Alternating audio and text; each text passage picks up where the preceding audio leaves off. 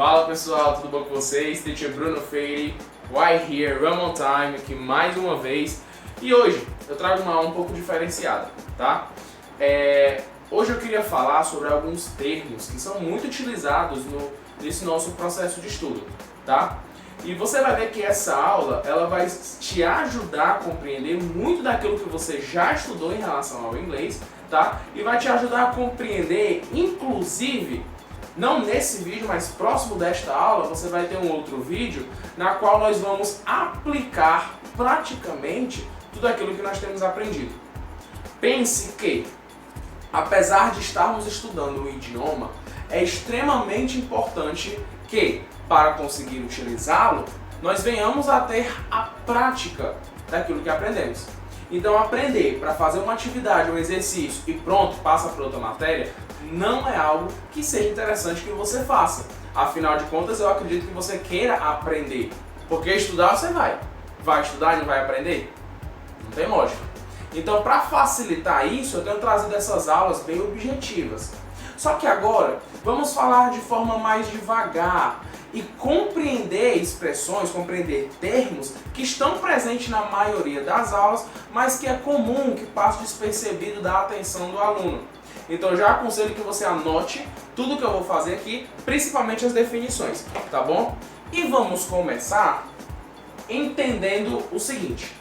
É muito comum que várias das leis, das regrinhas gramaticais que nós temos no inglês serem semelhantes às regrinhas do português.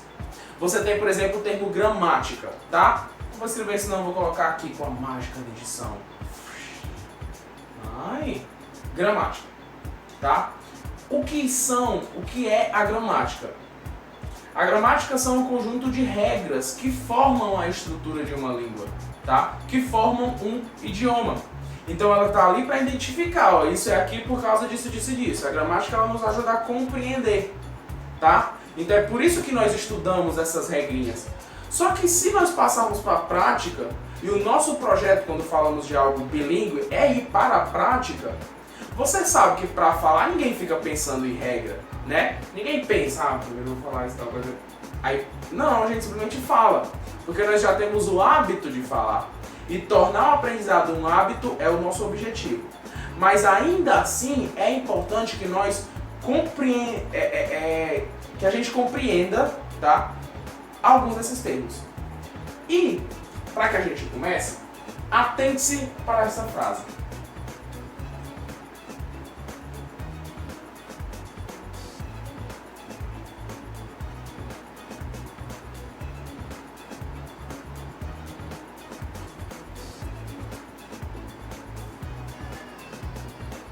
Pedro gosta de maçã verde. Uma frase simples, uma frase bem tranquila e bem clara de se entender. E agora vamos falar um pouquinho no português para a gente entender quem é quem aqui nessa frase, tá? O primeiro termo que é interessante a gente compreender dentro de uma frase é o sujeito. Quem é o sujeito dessa frase? Você vai sempre lembrar, tá, que o sujeito é aquele que executa a ação de uma frase, tá? Então eu tenho aqui, ó, Pedro gosta de maçã. Você pergunta assim, ó, quem é que gosta de maçã? É o Pedro. Então o Pedro, ele é o sujeito, aquele que executa, tá? Aquele que... Vamos deixar isso mais simples? Não vou escrever tudo isso não.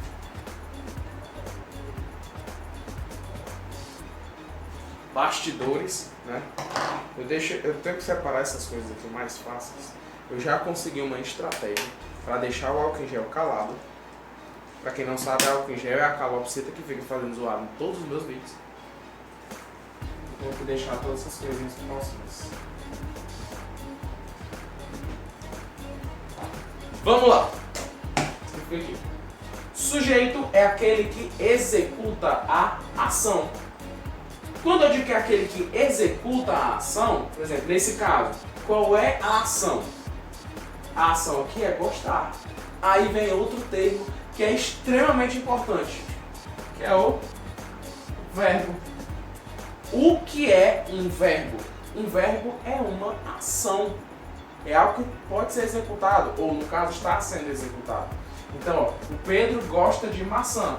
Quem é que gosta de maçã? O Pedro. O Pedro faz o quê? Gosta de maçã. Então, o verbo é a ação, tá? Outra coisa que eu tenho aqui é essa palavrinha, maçã. O Pedro gosta de quê? De maçã. E o que é maçã? Maçã é o que nós vamos chamar de substantivo. O substantivo, pessoal, que é um termo que nós também utilizamos muito e temos utilizado muito nessas aulas, é o que dá nome a algo, tá? Então é tudo aquilo que eu estou nomeando, são coisas, são, por exemplo, isso aqui, o que é isso, também esse objeto, esse negócio aqui, é um pincel. Como essa palavra pincel está servindo para nomear isso daqui, é o que eu chamo de substantivo, tá? Então eu tenho aqui um quadro, parede,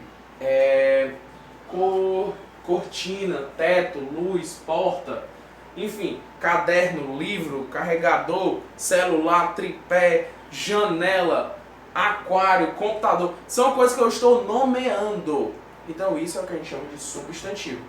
Você vai notar o substantivo numa frase, porque cada um desses aqui, eles têm uma função dentro da frase. O sujeito executa a ação. O verbo é a ação que está sendo executada. E o substantivo está sofrendo a ação. Como assim? O Pedro gosta de maçã. Então a ação que ela está sofrendo é ser gostada. Entendeu? Aí tem mais uma palavrinha que é esse maçã verde. Esse verde aqui está dando uma característica da maçã. Uma característica do substantivo. Logo, isso faz com que o verde seja o que a gente chama de adjetivo. O adjetivo, ele é uma característica, uma qualidade que eu dou ao substantivo. Quando eu digo maçã verde, eu estou dando uma característica da maçã, uma maçã verde. Se eu digo uma bola azul, azul é uma característica que eu estou dando à bola. Se eu digo aquário grande, grande é uma característica que eu dou ao aquário. Então adjetivos é quando eu estou dando a característica do substantivo. Esses 4 termos você pode estar agora pensando, então já faz, você está dizendo assim, como assim? O professor está dando aula de português, mas não é inglês. Acontece que isso aqui também é inglês. Eu só vou modificar essas palavras. E agora o sujeito vai se tornar subject. Ok? O verbo vai virar verb. Não é nem tão diferente, né? Substantivo.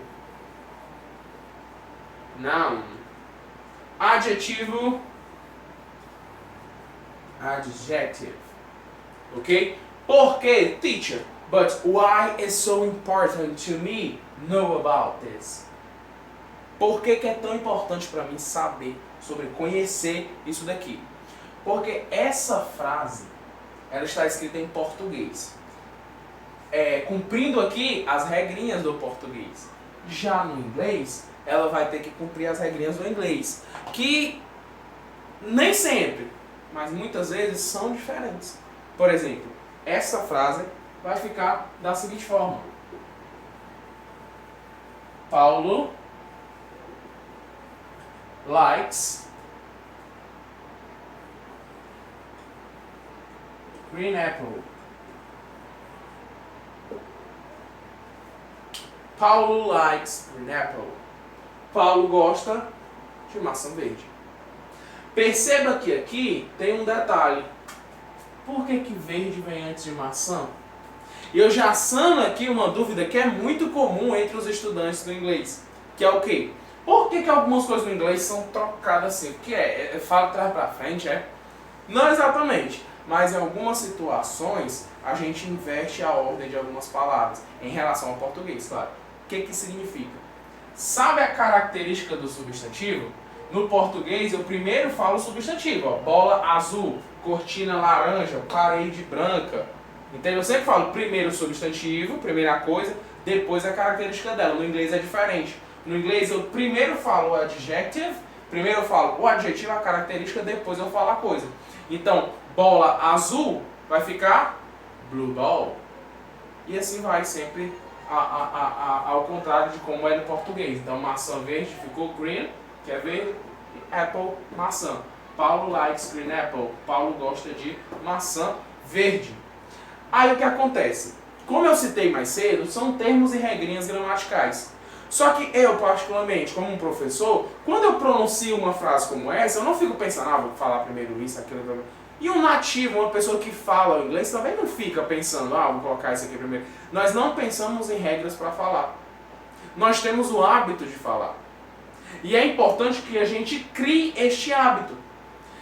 Na aula passada, vocês receberam um videozinho bem bacana, dando algumas dicas, né, de como é que você acrescenta o inglês no seu dia a dia. Por que que isso é importante? Quanto mais você acrescenta o inglês no seu dia a dia, mais você vai ter facilidades de memorizar como as coisas são feitas, como são faladas, como as frases são formadas.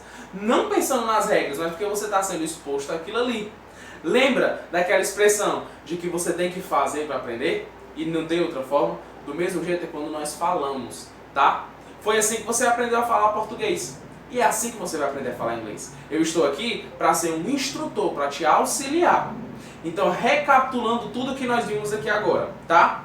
Sujeito, em inglês, subject, é aquele que executa a ação. Ele está fazendo alguma coisa, tá? O verbo é essa coisa que ele está fazendo. Verb é a ação. Se eu falo assim, Bruno ama pizza. Bruno loves pizza. Eu estou dizendo que Bruno faz o quê? Ama. Então, Bruno é o sujeito, porque é ele que ama. E ama é a ação, porque ele está amando, ele ama ali alguma coisa. Tá? Então, sujeito, a pessoa que executa. Verbo é a ação que está sendo executada. Substantivo é aquele que sofre a ação. Bruno ama pizza. O Bruno ama o quê? Pizza. É o substantivo. Tá? Substantivo. Que em inglês nós chamamos de noun. E o adjetivo é a característica que eu dou àquele substantivo. Então, Bruno ama pizza margherita. Então, margherita é uma característica que eu estou dando à pizza. Tá? Então, basicamente, esses são os conceitos básicos para você compreender. Não tem um geladeira. É um conceito básico, né? São conhecimentos simples que você precisa ter. Muitos até que vêm do português. Então não é uma coisa tão diferente que vocês nunca tenham visto. Como exercício dessa atividade, eu trago um texto com algumas frases que tem a ver com aquilo que vocês já estudaram. Ok? E nesse texto, a atividade vai ser vocês reinterpretarem e responder algumas coisinhas. O que eu aconselho? Que vocês utilizem os conhecimentos que vocês adquiriram para poder interpretar o máximo de coisas possíveis. Tá ok? Obviamente que vocês vão poder se utilizar de um dicionário ou de um tradutor como algo para aprender, para entender o que significa e como aquilo está ali. E qualquer dúvida vocês já sabem onde me encontrar. Podem mandar perguntas a qualquer momento que eu estarei pronto para lhe responder. Eu agradeço muito a atenção de vocês. Thank you very much. I wish you all the luck. Desejo a vocês toda sorte. And bye bye.